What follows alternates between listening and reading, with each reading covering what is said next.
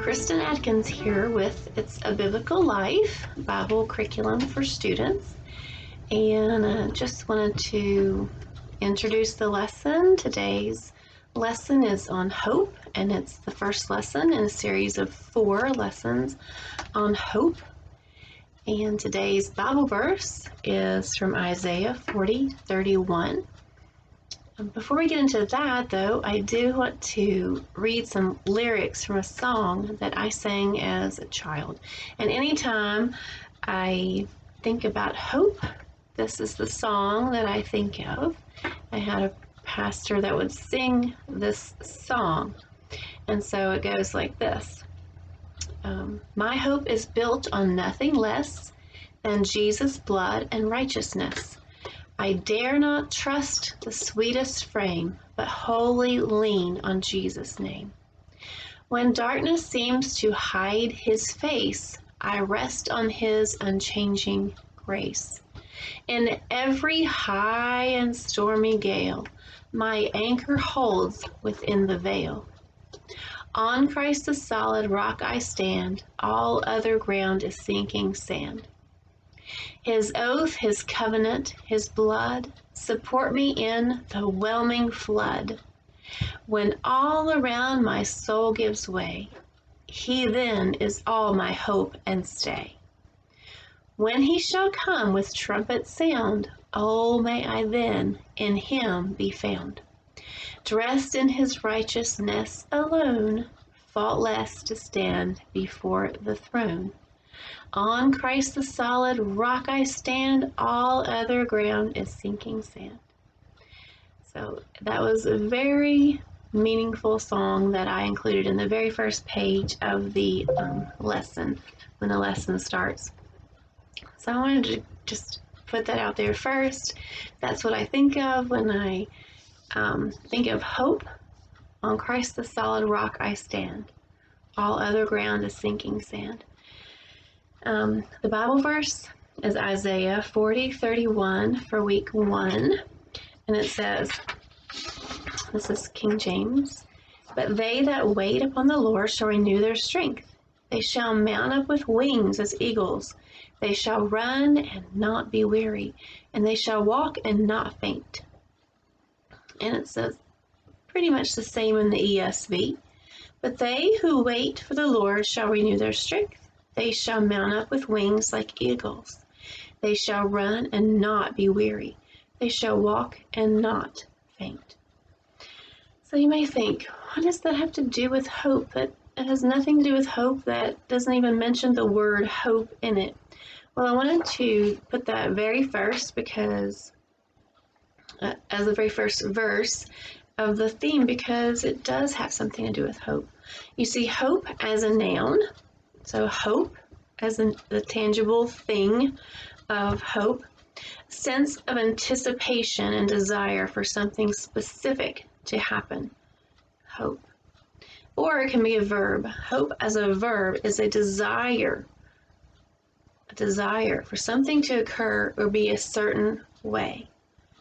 So the second definition of verb, you may think, well, that sounds more like wishing. And if you read, you would have already known that I contrast and compare a wish to a hope. So some things I might say like, oh, I wish my mom would let us have dessert for dinner, or let us eat dessert first. You wish upon a star, something like that. You hope something comes true, but it's the same interchangeable word for wish. And so that's not what we're talking about. When we talk about biblical hope, we don't wish randomly. We don't hope randomly. We have a specific person that we put our hope in. And so a noun of hope, the noun hope, means a sense of anticipation. Hope as a noun means a sense of anticipation and desire for something specific to happen. So something specific that you need to happen. You are going to hope that it happens. And what I anticipated for this lesson would be, we would be hoping in something, and we would need to gain strength to make this thing happen, because we would be so passionate about it that we would be running and not walking with our passion, and we would be hoping that it would come to fruition, whatever our passion is. And I get into different things about wishing upon stars, and I wish my dad would get a new job. I wish we could go on vacation, similar to asking for some wishes from a genie. But that's not what I think this hope word means. It doesn't mean random at all. We have a purpose and a vision and a destiny. Each person, if you're saved, you have a purpose. You have a destiny to fulfill.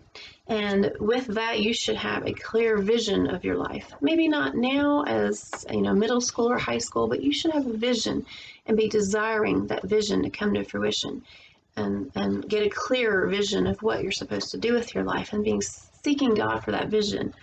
And so when you have that vision and that purpose and that calling, when you get that vision, you're going to be driven. And in that driven season, you are going to need this strength. You're going to need that hope that you are accomplishing things for the Lord. You are walking, you are running, you're not growing weary in well-doing. You are not stressed out because you are doing your best for the Lord. And I do contrast stress, working in our own. We're striving, we're working on our own, we're striving, and we get stressed out because we're not fulfilling God's plan and purpose. We are doing our own thing. And when you're doing that, you are kind of stressed out on yourself. You stress yourself out because it's not purposeful work, or it's not purposeful ministry. It's just doing it to be doing it. You're striving. You may get stressed out, and I have 2 links there that you can look at and see how it affects the body. Stress and itself affects the body. When you have a certain job to do, you do get stressed out. It can be stressful to be a student when you have high expectations put on you. You have pressures to perform. Maybe you take on leadership roles in your church. You have certain grades that your parents or you expect. You have different stressors. Maybe you have a family that's not living right and that you have to deal with that. Or you have friends on your street that do not abide by biblical principles, and you worry about them. So you have some kind of mental stress or torment about those types of things. There are different ways you can be stressed mentally, but we have hope and we wait for the Lord.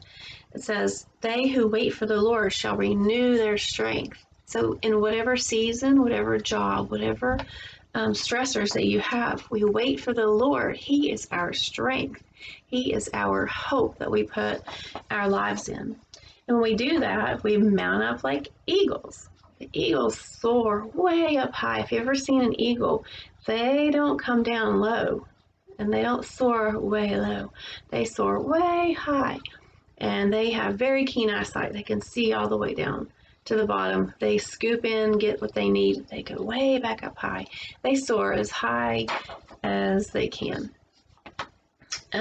And when you do get stressed, when you're working for God in your destiny and your plan that He has given you, you are working as unto the Lord. He will give you the strength when you wait on Him for directions. We won't stress, we won't faint, we won't grow weary in well-doing. And hope is actually waiting on the Lord to assist you in accomplishing all the tasks that you do, that He has called you to do, and acknowledging Him in each step of the way, the good, bad, and the ugly parts of the day. So hope that God will intervene in the situation, using you as a part of the solution. So whatever stress that you're under, wait on the Lord, give Him your everything and hope in Him. Wait for the Lord, and He will renew your strength. So I hope you enjoyed this lesson, lesson 1. I'll see you later.